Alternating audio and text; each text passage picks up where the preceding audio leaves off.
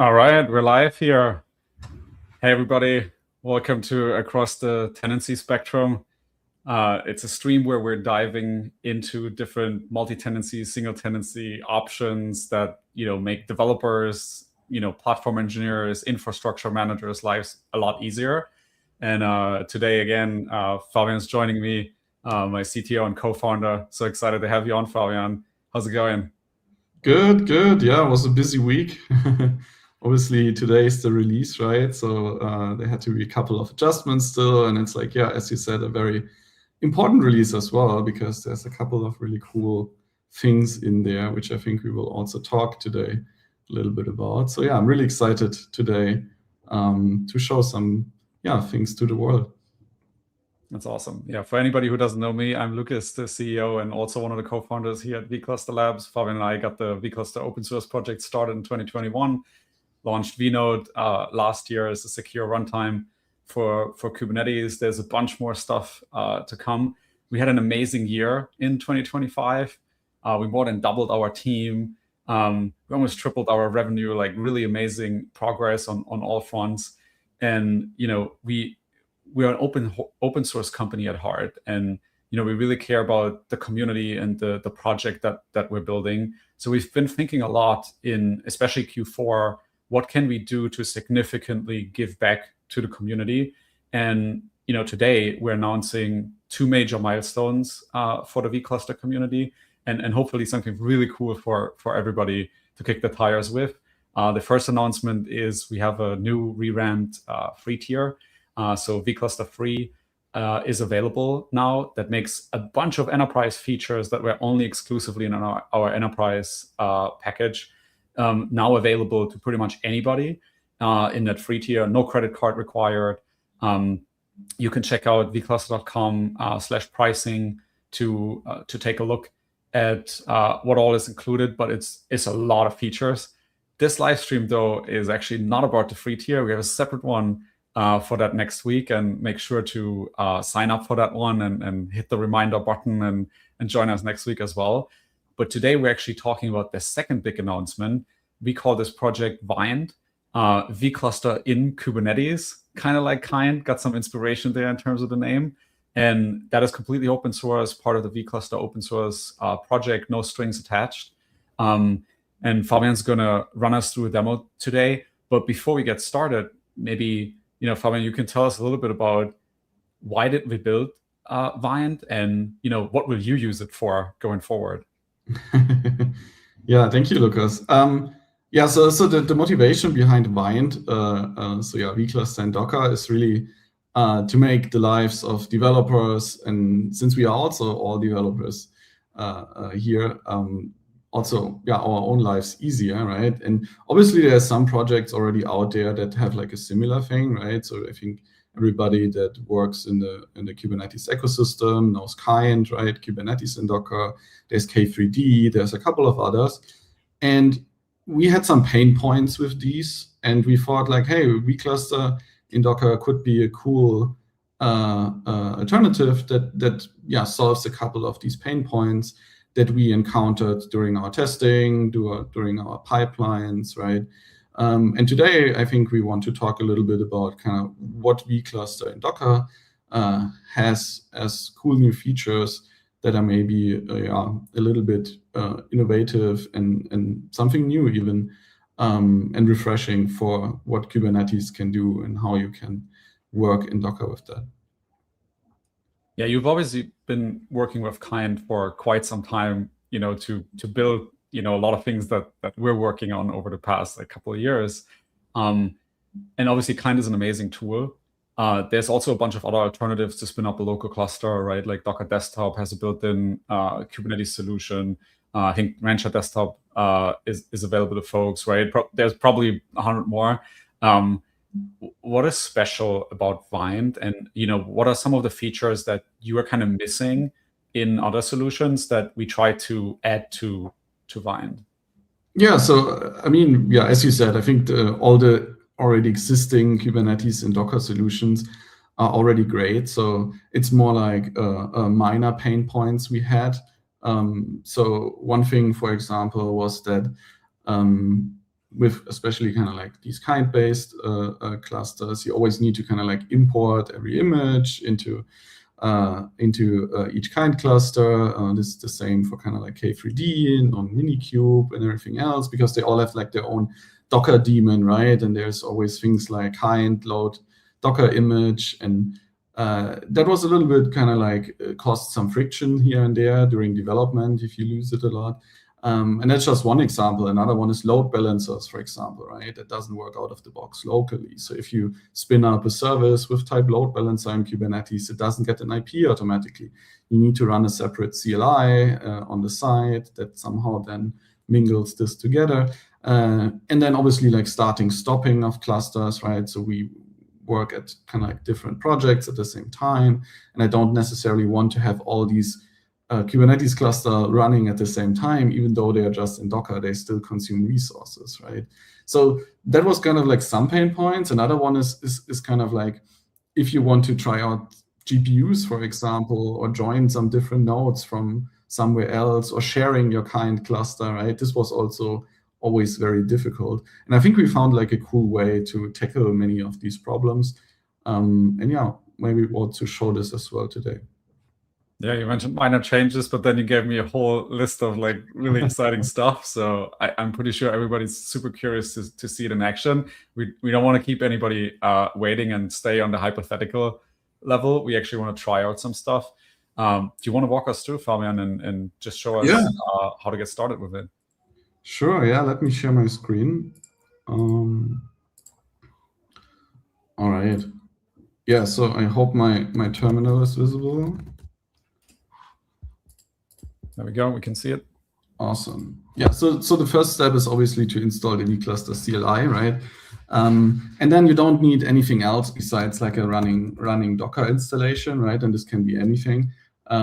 So I have Docker running. There's already a couple of containers in there that are unrelated to this test, but basically you only need the vCluster CLI and Docker. And then the cool thing, or the new mode basically, is the Docker driver, we call it, right? So you can basically enable the Docker mode with vCluster. And then for this demo, I also want to show real quick. Just to get everybody caught up, what is the default driver when you just download vCluster CLI? And what drivers do we have so far? Yeah, it's installing vCluster in Kubernetes, since vCluster as a regular mode is basically all about Kubernetes in Kubernetes, right? vCluster CLI by default will use the current Kubernetes context to basically deploy any vCluster, while with driver Docker, it uses basically Docker to deploy vClusters. So we do a Helm install in the default case, right? We call it Helm driver, I think, right? Yes. Is the default. Exactly, yes, so the Helm driver is the default, yeah. Yeah, and then once you're connected to the platform, you can use the platform driver as well, which doesn't do a Helm install. It does a kubectl basically apply of a CRD, and then the platform controller essentially does the Helm install and reconciles the CRD, exactly. Right? That's the two options we had so far. Was there anything else? No, so yeah, there was Helm, there was the platform option, and now we have the Docker option as well. Cool. And that basically does like a Docker run essentially under the hood, just for exactly. And not only with this driver, you can run vClusters itself as Docker containers. You can also run the platform as a Docker container. So that's also new for this release, where you can basically run the platform as a Docker container and then manage your vClusters that can live either in Docker or in Kubernetes through this platform. Cool. Let's see it in action. Let's fire this off. And the only thing I have to do is run vCluster platform start. And basically, it will deploy the platform for me as a Docker container, right? Yeah, seeing the first comment here, using Docker flag because the driver is set. So that's a permanent setting you set there, but there's also a flag for the command on the fly. And the cool thing about, let me show that here real quick. The platform installation is you created an automatic public domain, right? So basically, this is reachable through the public internet. And then Lucas already said, like, you can activate basically the new feature, and I will show this real quick. So I will put in my email. I'll get the code sent, and that is basically the only activation I have to do, right? I enter the code here, I press continue, and I have vCluster 3 activated. And with vCluster 3, I get basically a lot of these usually very expensive vCluster enterprise features for free up to a certain limit, and can start using the whole platform as a Docker container locally on my machine. Very cool. Do you have a Docker desktop running? Do we want to take a look at that? Yeah, I have OrbStack actually, which is an alternative to Docker desktop. Oh, I see. And basically now I can see when I run Docker PS, right, there is this vCluster platform container running here that is just up a minute ago, right? And now this platform runs just as a Docker container, right? The state is saved in a Docker volume. And now we want to, oh, sorry, this is the wrong cron tab. We want to create a vCluster here through the CLI that then shows up in the platform. Because as soon as you're connected with your vCluster CLI to the platform, which we just deployed, right, it will show up here in this platform as well, and you can manage it through this tab, basically. All right, so let's start with that. The first thing to do is I will create a vCluster YAML. Maybe some important options to note, right? So there is this new experimental Docker section we have. So this basically defines that I want to join a second node in my Docker cluster, right? So I basically say like, hey, add me a node that is called my worker. And then we will use one of the paid features, right, that wasn't available so far as for free, which is our VPN. And I will show this a little bit later because the VPN is quite powerful and allows you to join non-local nodes, so basically external nodes, right, into your Docker vCluster. Love how you sneak in the free tier features in this demo. Yeah, because it's really a good combination basically, and it shows kind of the power of vCluster nowadays, what's possible. Yeah, and with that I just created vCluster, right? Oh yeah, and we just launched the 0.31. Yeah, this is the stable release. You made this demo with the release candidate, right? Exactly. So I had to practice with the release candidate, but now you guys have the benefit that you can use the stable release already. And this will take a second. And while that is starting, I already see it shows up here in my platform, right? So this my vCluster I just created shows up here. I see there's already this control plane node created. It's already in ready state, right? The first pods are running, containers. Can you actually zoom in a little with the browser? Oh, yeah. Oh, yeah. This? Yeah, that's probably good. Awesome. And I also see my worker node that I specified, right? That also was joined like just 8 seconds ago. And now I have a fully running Kubernetes cluster that is connected to my platform, and that I can basically use to develop, try things, or test. Nice.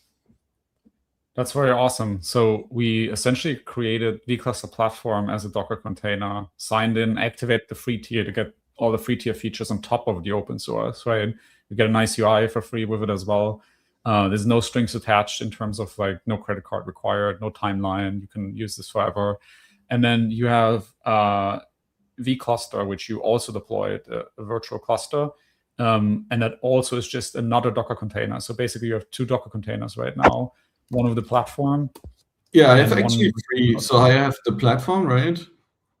And then I have the control plane node, and then the worker node. Oh yeah, you added the worker node too, right? True. Because in my cluster, there's basically 2 nodes, and each of them is 1 Docker container, right? Got it. So we created the control plane node as a Docker container first, and then can you go back to vCluster YAML? That's where you specified that other node, right? Yeah. So vCluster YAML basically said Docker.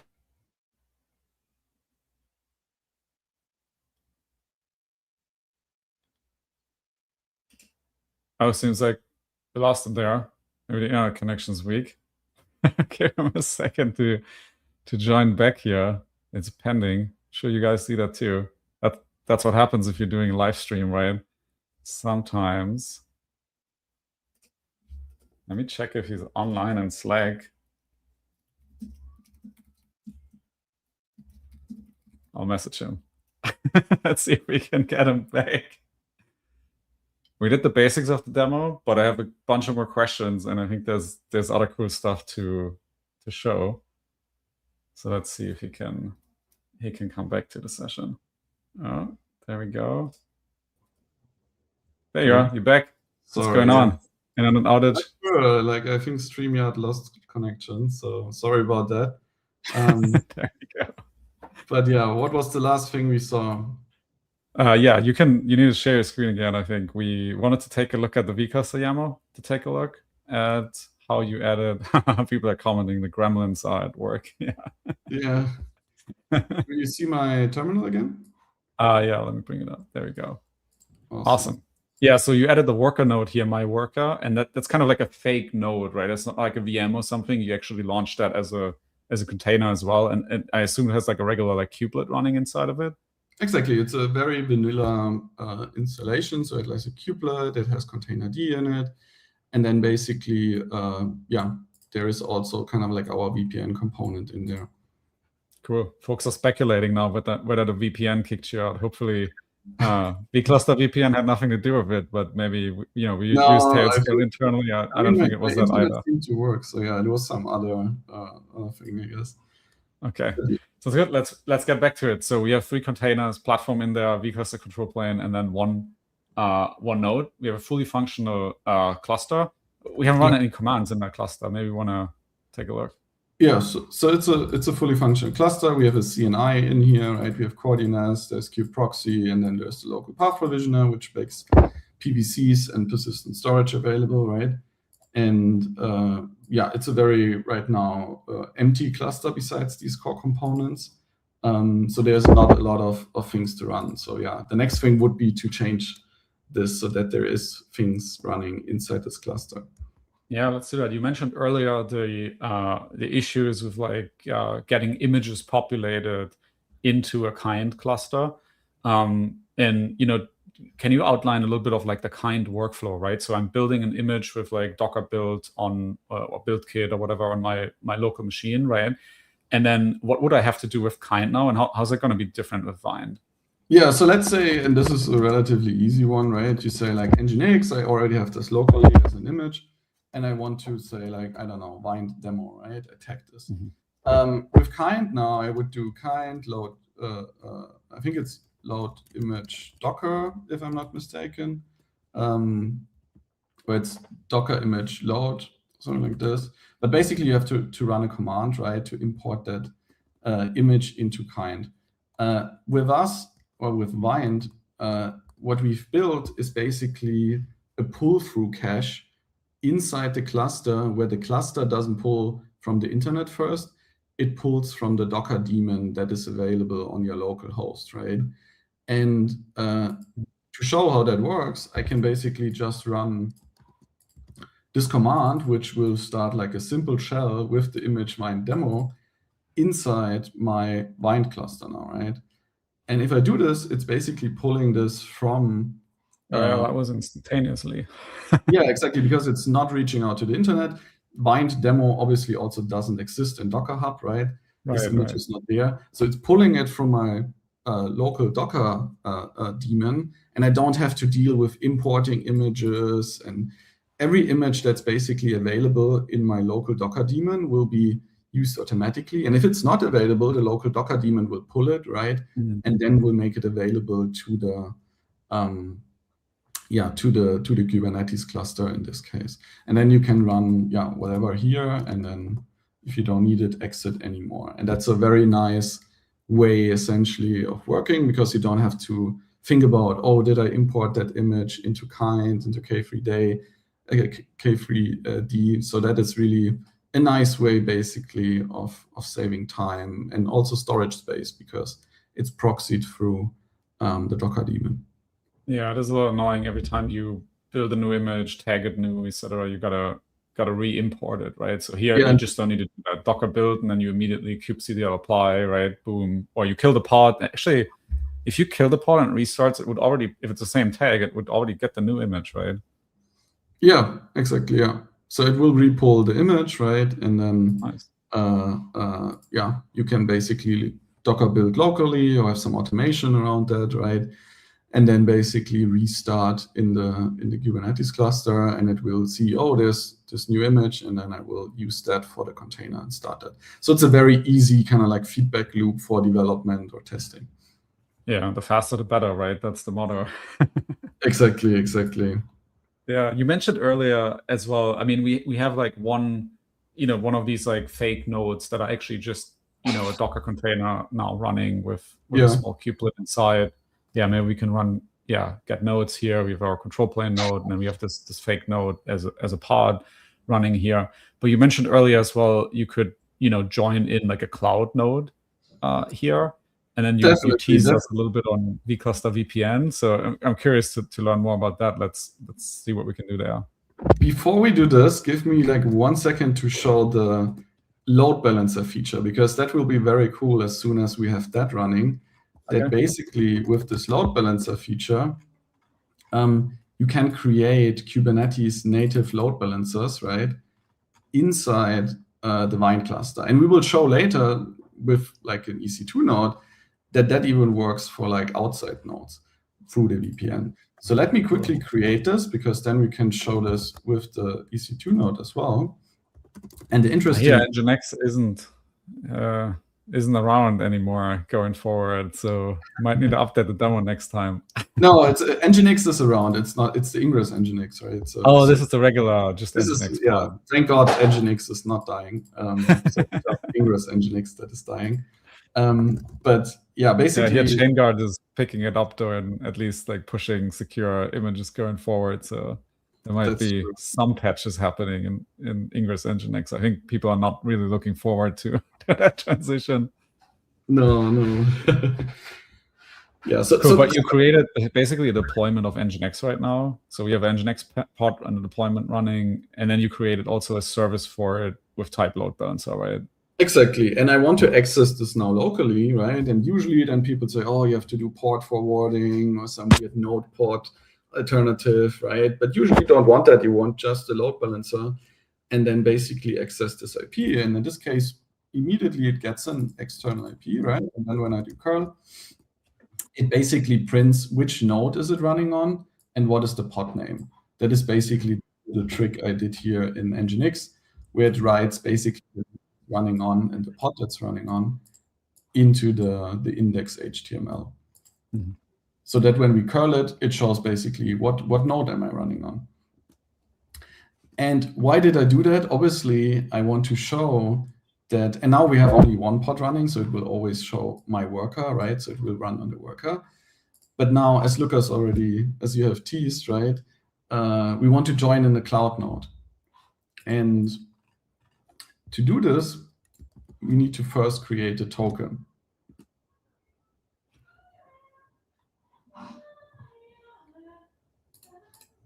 This is like the kubeadm create join token, right?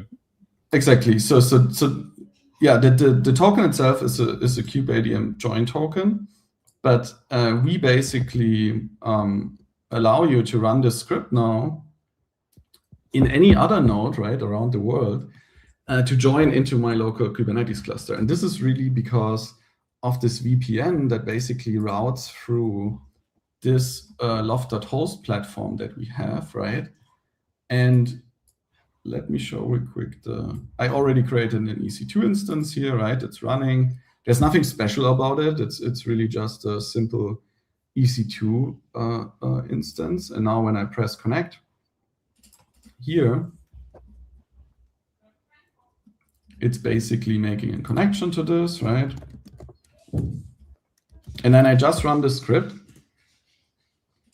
And then it basically will install Kubernetes on this node and join this node, so this EC2 node, into the local vCluster that I have, right? Yeah, can you zoom in for this one as well? Oh, yeah, sorry. There we go, that's better. Yeah, so it's telling me, oh, this node has joined the cluster. And now back to our platform, right? We see there's this new node here that just joined 12 seconds ago. That is now ready already, right? So there's things already, yeah, there's pods already running on this new node, right? And this node is officially now part of the cluster, right? So this is really cool because this is a Docker container, this is a Docker container, and this is an EC2 instance, which is this here, right? You see it has kind of like so where's the name? Here's the name, right? This is the host name, and that is the same in here. And now what I can do basically is I can scale up my deployment, right?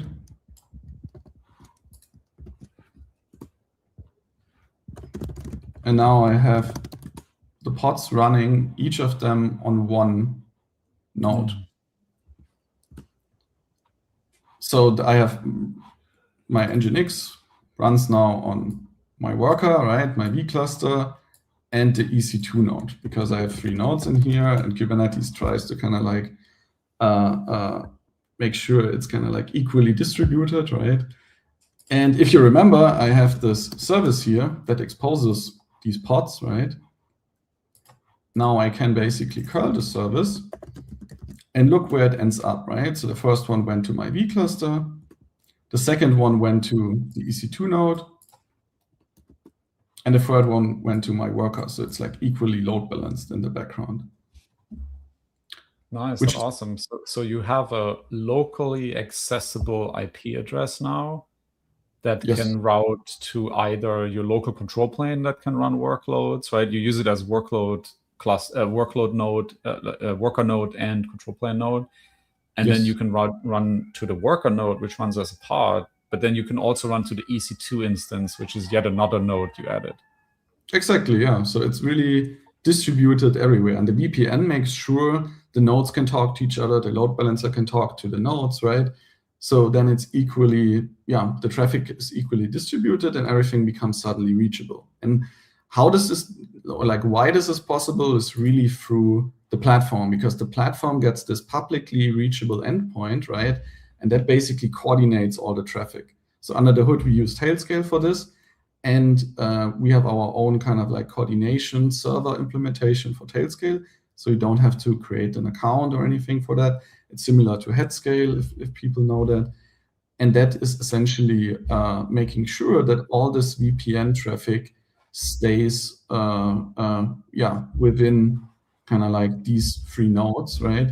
And it's all encrypted. The CNI works across data centers. I could join another node from basically Azure or Google Cloud in there as well, and they could all talk to each other.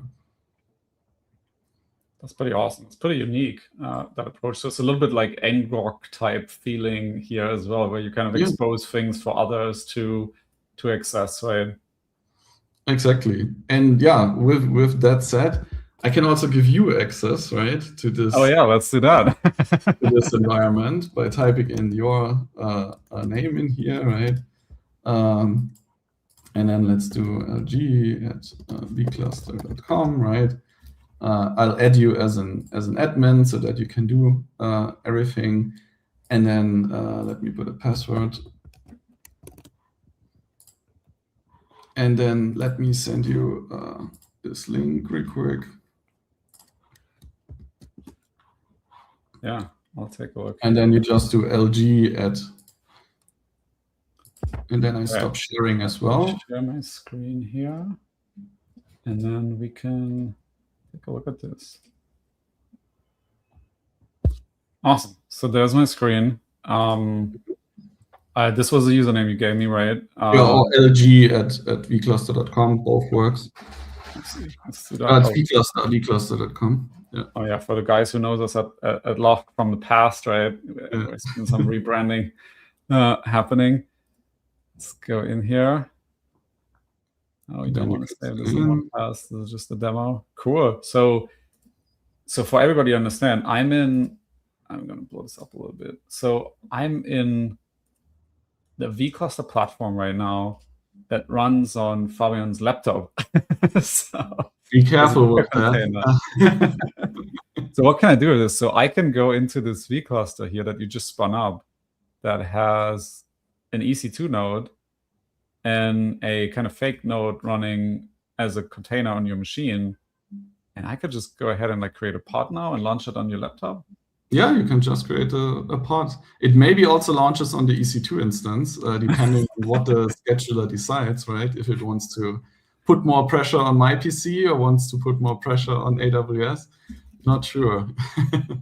Yeah, that is just super, super cool. And yeah, just go ahead and launch a pod. I think we have an example even in there, right? Yeah, I was just like pulling up. Oh yeah, there's an example already. Just leave the namespace. You need to erase. Just get the namespace in, right? Just do default.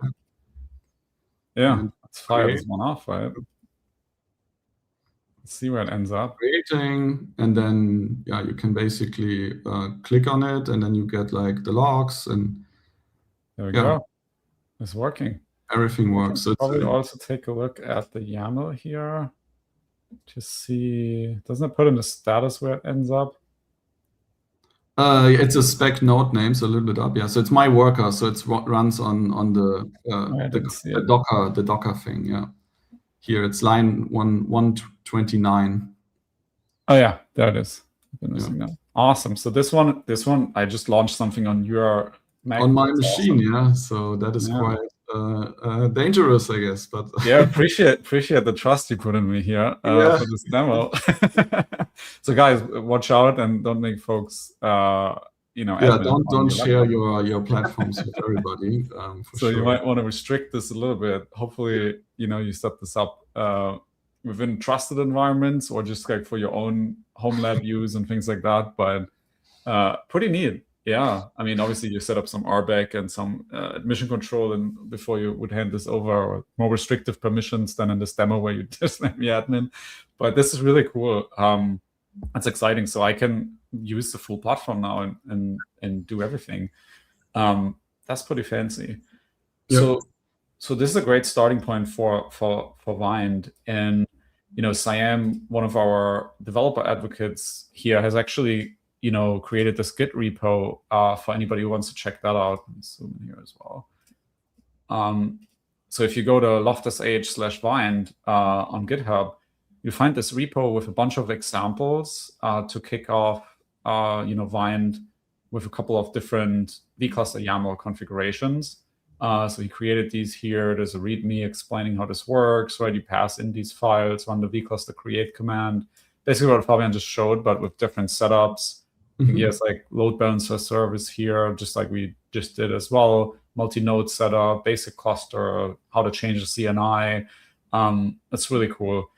You mentioned earlier as well in terms of lifecycle management of clusters that you have to recreate clusters with kind, right? So if I want to, simulate another node, I mean, remote nodes, that doesn't even work with kind, right? There's no way to join in an EC2 node. No. Like kind doesn't support this. And usually that's the networking that's breaking, right? Because the kind cluster control plane is just not accessible from the outside. Right.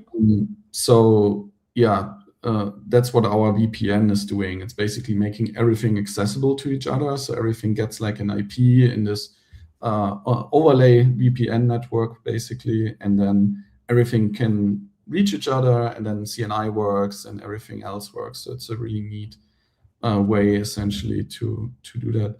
And yeah, also maybe just one comment regarding that repository. The actual source code of Wind is also open source. It's part of the CLI in the vCluster repo, though. So if you're wondering why is there no source code in the Wind repository, it's in the vCluster repository because, as you saw, I used the vCluster CLI. So the source code for that is available. So if you want to see how we did that, feel free to head over to the vCluster repository and take a look there. That's cool. So if I want to now modify my cluster, right? I mean, we established like adding in an EC2 node isn't possible with kind, but I could create a kind cluster with 1 node or with 5 nodes, right? That is standard functionality. Or if I want to upgrade the Kubernetes version, like with kind, that is pretty much destroy a cluster and recreate the cluster type operation. Yes. How does it look with Wind? How is that different? So with Wind, basically, not only can you don't have to necessarily like destroy and recreate. You can also just stop and start, which is quite neat, right? So then basically, the Docker containers stop running, right? I can show this maybe real quick for our cluster that we created, right? So when I do vCluster list here, right, I see my vClusters running, and now I can say vCluster pause my vCluster, right? And it's basically stopping all these, it's also stopping the load balancer, right? And if I do a Docker PS now, I see the 3 containers that were there before shrink to 1 container, which is just the platform anymore, right? And if I go to, the other tab in Google Chrome, I see the cluster became unreachable, right? It's offline. And if I would want to have it back online, right? So I work on something else, I create another Vine cluster, I can then easily say vCluster resume, right? So maybe let's show real quick how it shows up in list. So it shows exited here. And then basically what you can do is resume my vCluster. And then it's basically bringing everything up again. And after a second, the cluster becomes reachable here again, right? So you see it's ready, it's online. The nodes are there again, and it becomes usable.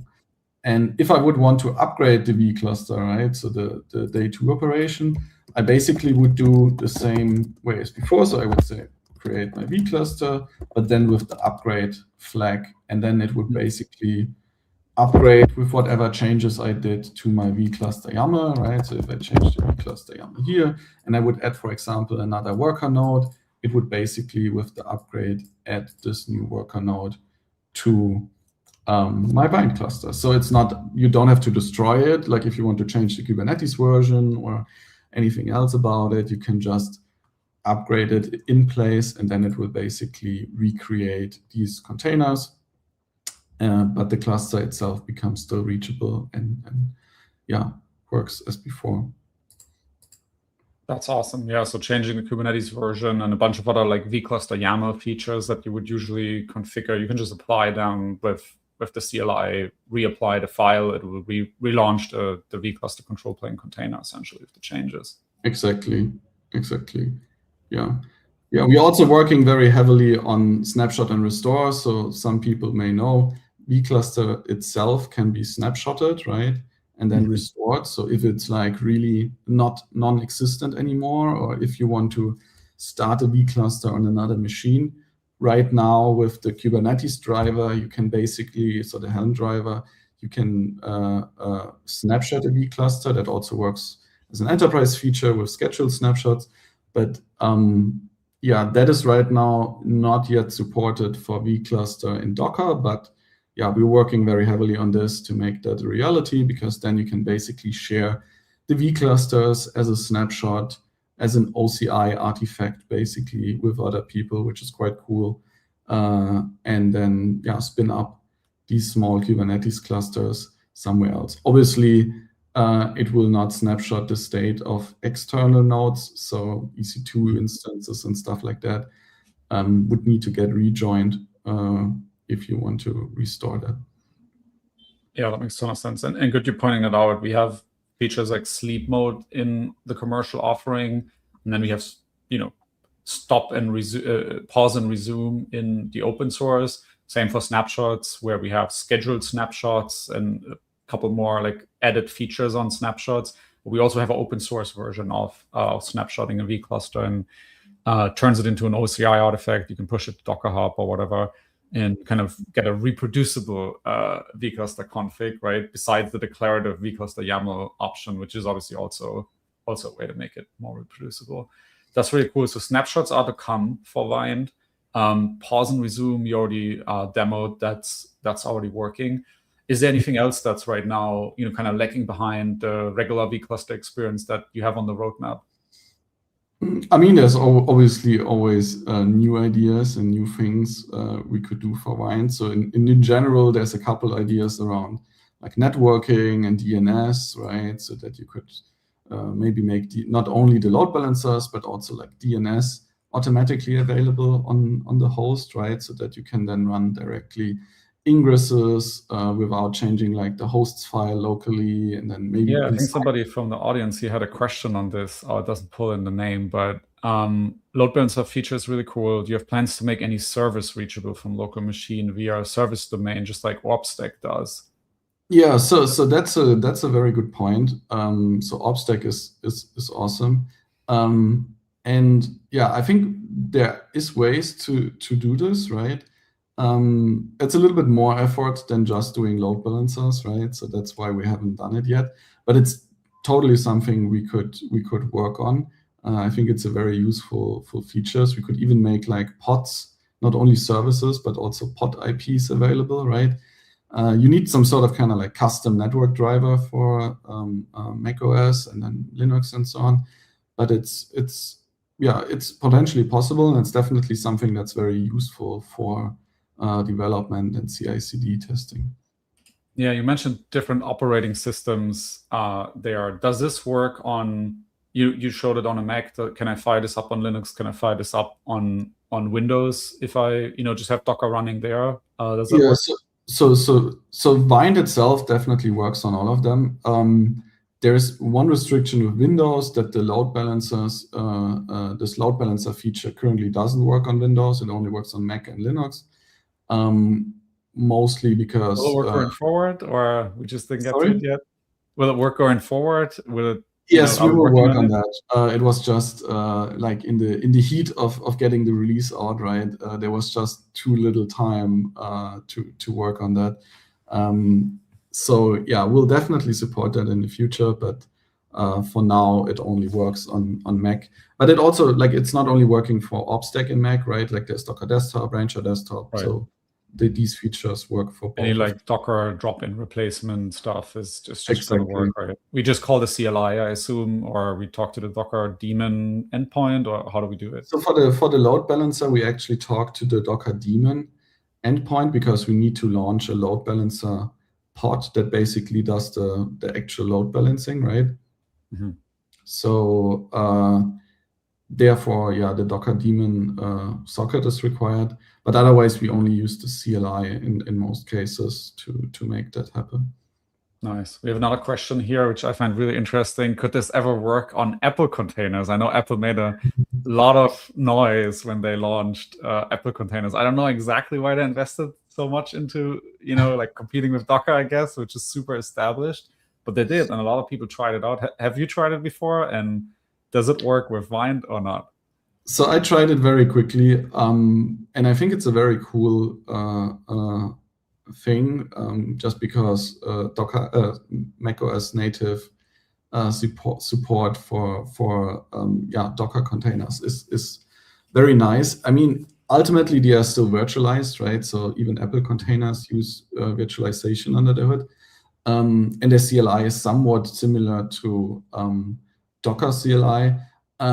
Right now, it's not supported yet. There is some project that has kind of like a shim, or makes a shim between Apple containers and Docker, so that it exposes Apple containers more or less as a Docker socket.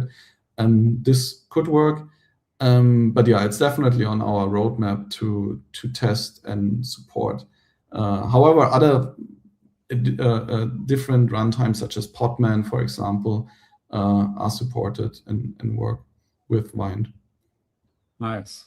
We have another question here on LinkedIn. I assume the instance has a public IP. Many times organizations do not allow VMs with public IP or use these nodes in a private subnet in a VPC. But I hope a NAT gateway would help here to connect to non-public IP VMs to the platform. And another user actually commented below that and says, like, as far as I know, the node doesn't actually need to be public. Only the vCluster platform as the tailscale coordinator needs to be.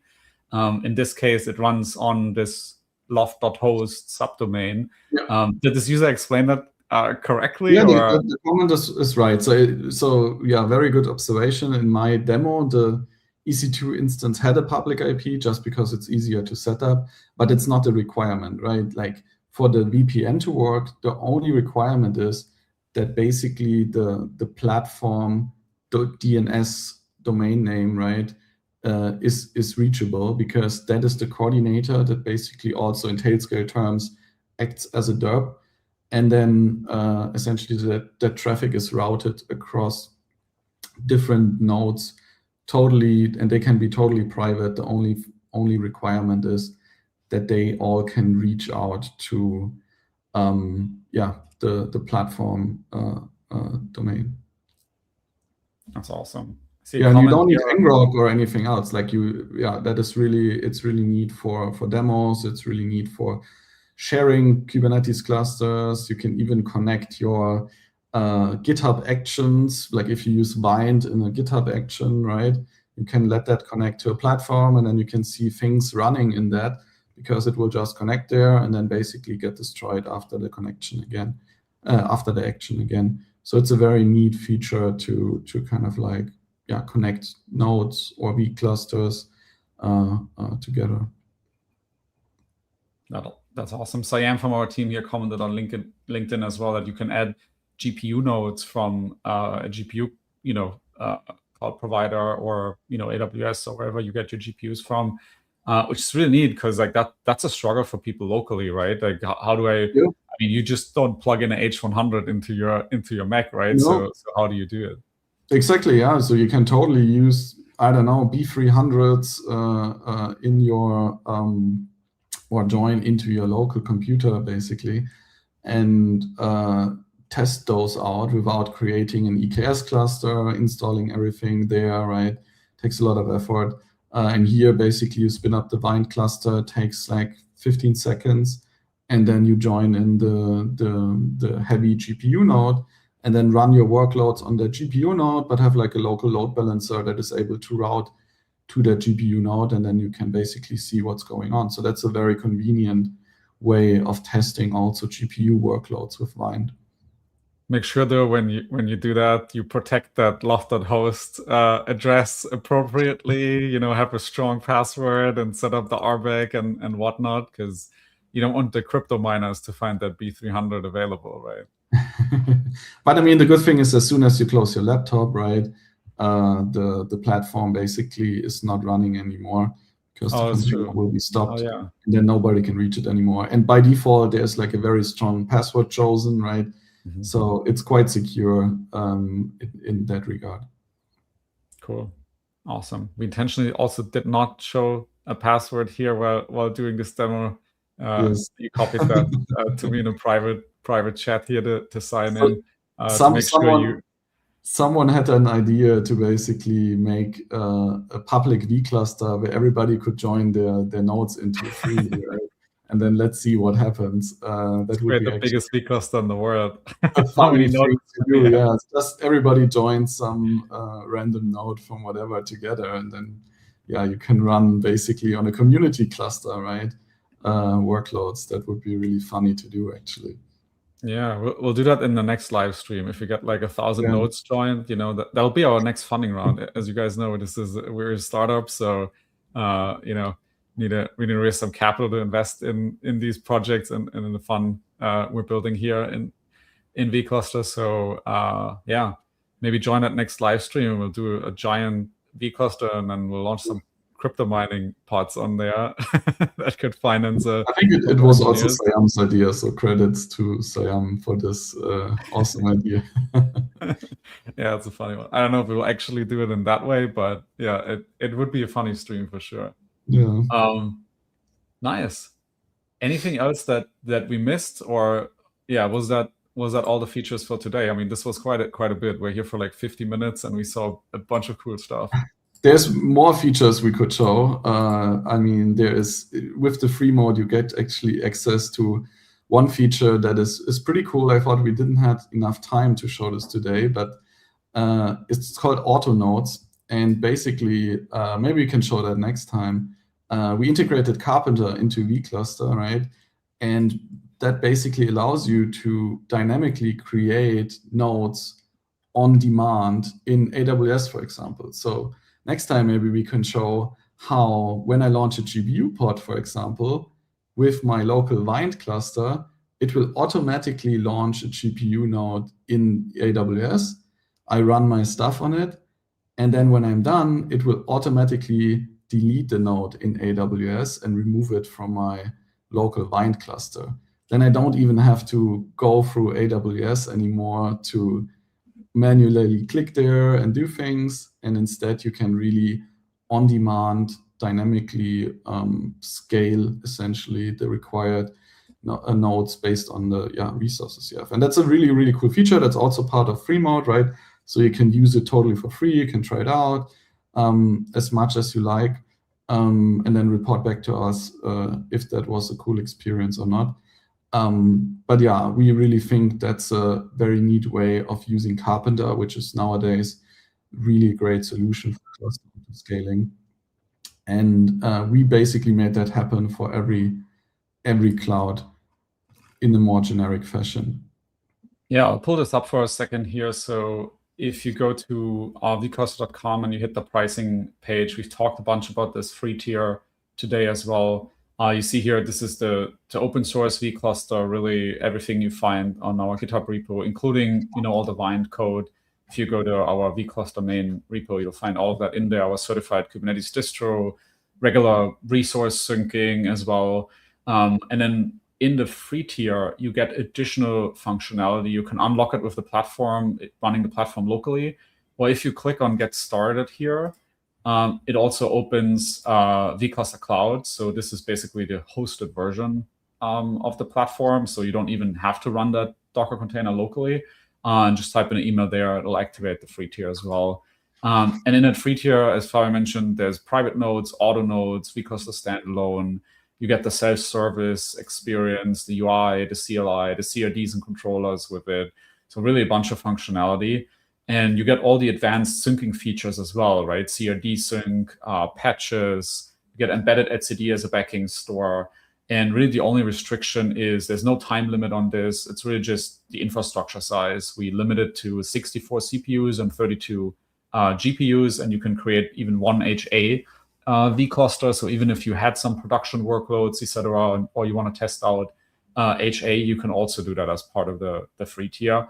And if you have 32 B300s or something like that, that's already a pretty decent amount of infrastructure. Those GPUs are very expensive, and obviously 64 CPUs. That's like a 10-node cluster. If you have 6 CPUs in each node, for example, that's pretty decent. Or a 5-node cluster if you have some beefier machines.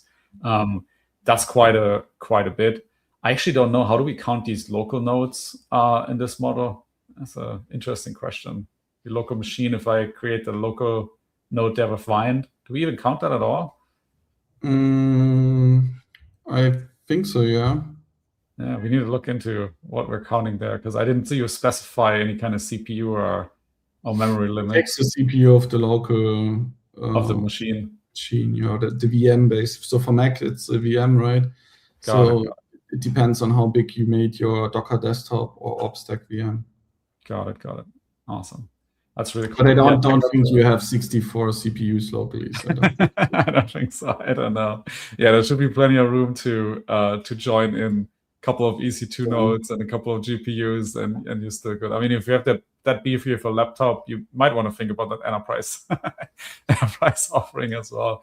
But I think the average user with the most advanced Mac series is going to fit in the free tier fully and can add plenty of nodes without even thinking about what it's going to cost.